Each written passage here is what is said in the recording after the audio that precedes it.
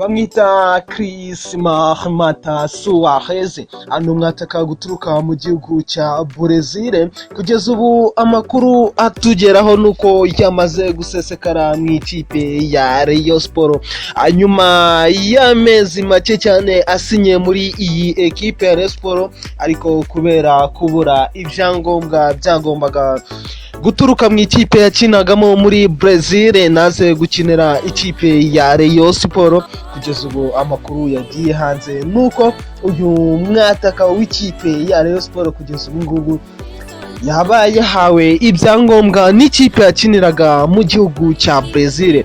Uyu mwataka Chris Mahmata Suarez igihe yabaje yafatanya n'abataka harimo nka Esomba Willy Onana Leandre ndetse na bandi nkaba uyu musore Badisa Sanyogo ndetse n'abandi bakinnyi b'ikipe ya Rayon Sport bagiye bakaze.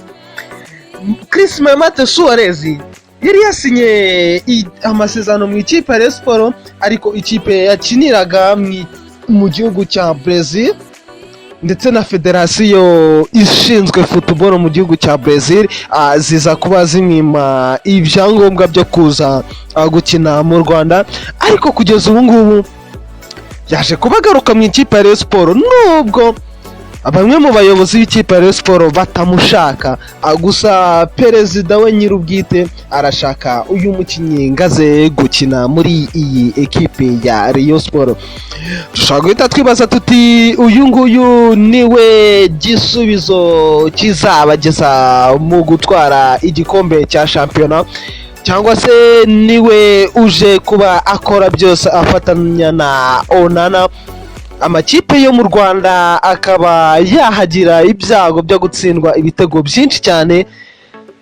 Uyu musore w'umunyabrazil tuzi ko mu gihugu cya Brazil havayo impano, ntago wakirengagiza aba Neymar, nubwo mu ikipe ya Sport higeze kuza umunyabrazil muramwibuka nibize kugenda neza.